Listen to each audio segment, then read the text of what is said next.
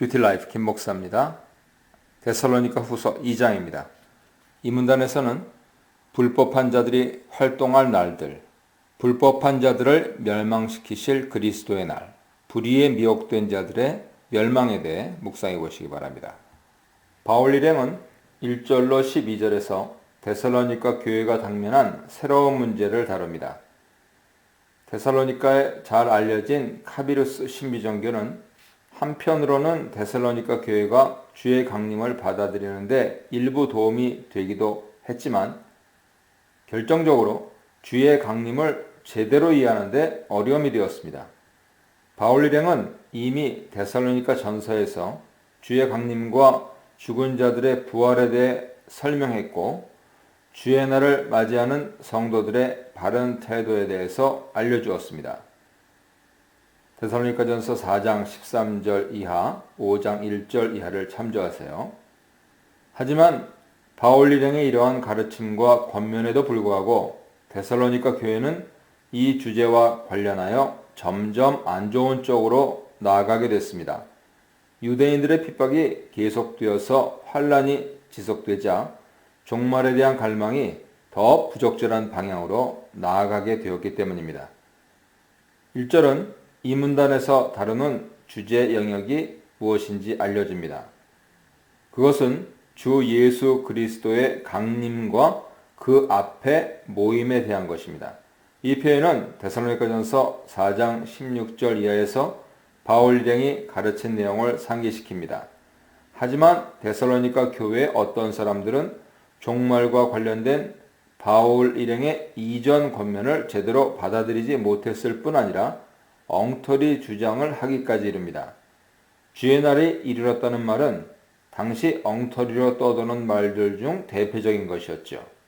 이런 엉터리 주장은 나름대로 어떤 근거를 가진 것처럼 소개되었는데 혹자는 영으로 메시지를 받았다거나 어떤 말을 들었다거나 심지어는 바울 일행이 보낸 편지에 그런 내용이 있다는 식으로 교회를 어지럽혔습니다. 그래서 교회 어떤 사람들은 이런 말과 분위기에 휩싸여 동요하기도 했고 두려워하기도 했습니다. 하지만 바울 일행은 이러한 주장과 분위기가 잘못된 것이라 분명히 말하며 권면하고 있습니다. 이 권면은 두 가지 다른 각도로 나타나는데요. 첫째는 교회가 다른 주장에 현혹되지 말라 2절에서 말씀하고 이어서 아무도 너희를 미혹하게 하지 말라 3절 상반절에서 권합니다. 한 번은 교회 공동체를 주체로, 다른 한 번은 속이는 자를 주체로 표현하고 있는 것이죠. 바울 일행은 3절 하반절에서 5절 사이에 왜 아직 주의 날이 이르지 않았다고 판단하는지 그 근거에 대해 설명합니다. 그것은 배교와 불법의 사람이 먼저 있어야 하는데 아직 온전한 배교가 이루어지지도 않았고 또한 불법의 사람도 분명히 나타나지 않았다는 점을 적시합니다. 3절 하반절은 이 점을 명확히 먼저 제시하고 4절로 5절은 이 불법의 사람의 모습이 어떤지 설명하고 그런 내용이 이미 데살로니가 교회에 전달되었다는 점을 상기시킵니다. 배교가 정확히 무엇인지는 명확하지 않지만 아마도 교회의 가르침과 질서뿐 아니라 일반 체제와 질서 모두를 무너뜨리는 사람 그리고 세력의 행위를 가리키는 것으로 보입니다. 이 배교는 불법의 사람에 의해 이루어지는데 이자는 멸망의 아들이란 별칭을 가질 만한 인물입니다. 종말의 구원을 이루고 하나님의 영광을 드러내는 하나님의 아들이 아니라 사람들을 유혹하여 멸망으로 이끌 뿐 아니라 결국 자신도 멸망당하게 되는 인물입니다. 또한 그는 자신을 스스로 높여 하나님인 것처럼 내세우는 자고 그렇게 결국 하나님과 대적하며 맞서려 하는 인물입니다. 이런 그의 특징은 그 자신이 거짓된 인물임을 드러낼 뿐입니다. 사실 바울 일행은 이러한 점을 데살로니가에 있을 때 교회에게 가르쳤었는데 교회는 현재 돌아가는 상황과 흐름에 빠져서 사도의 가르침을 제대로 기억하지 못하고 있습니다. 그래서 바울 일행은 이 점을 다시 상기시킵니다.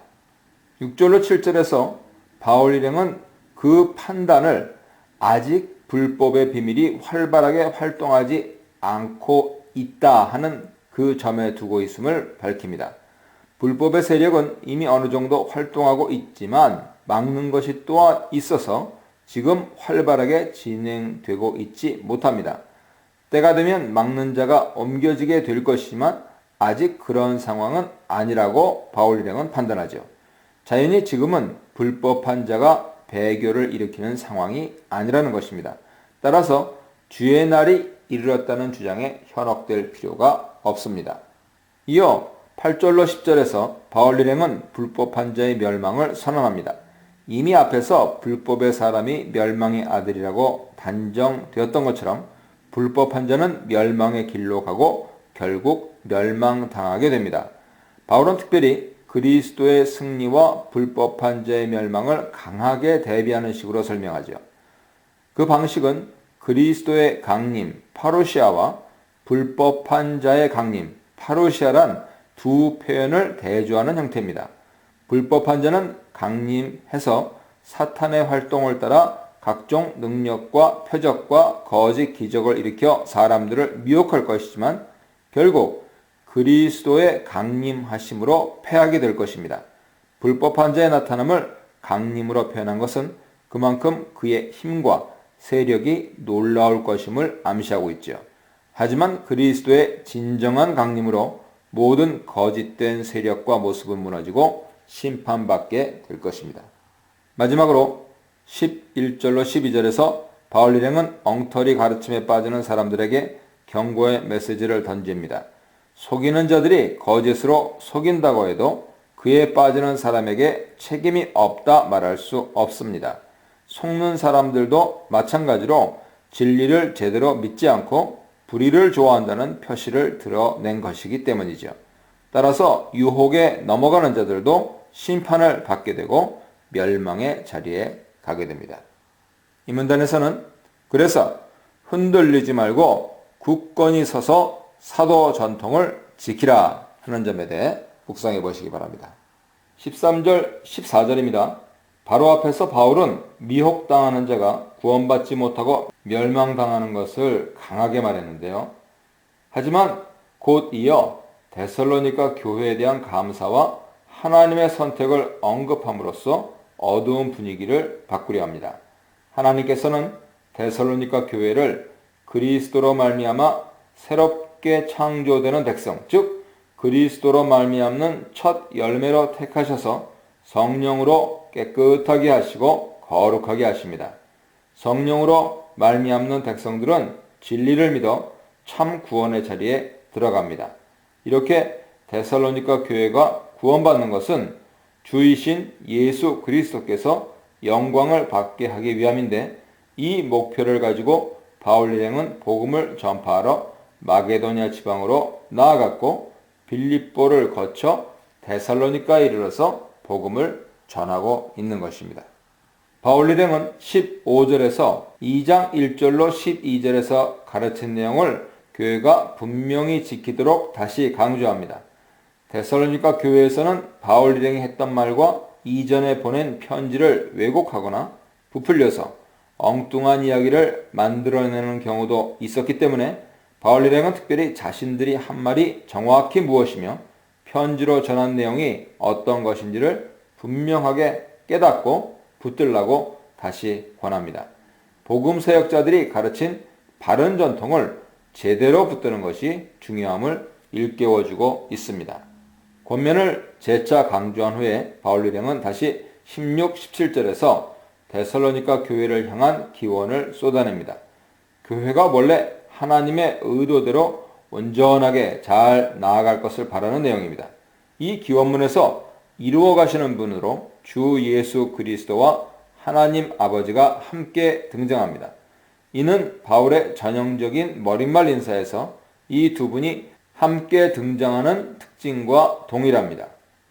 보통 유대인은 하나님 아버지 한 분만을 언급했지만 바울은 예수 그리스도를 하나님의 보좌에 오르신 주님이시며 하나님으로 고백합니다. 따라서 주 예수 그리스도는 하나님 아버지와 함께 새 백성을 만들어 가시는 분으로 나타나고 있습니다.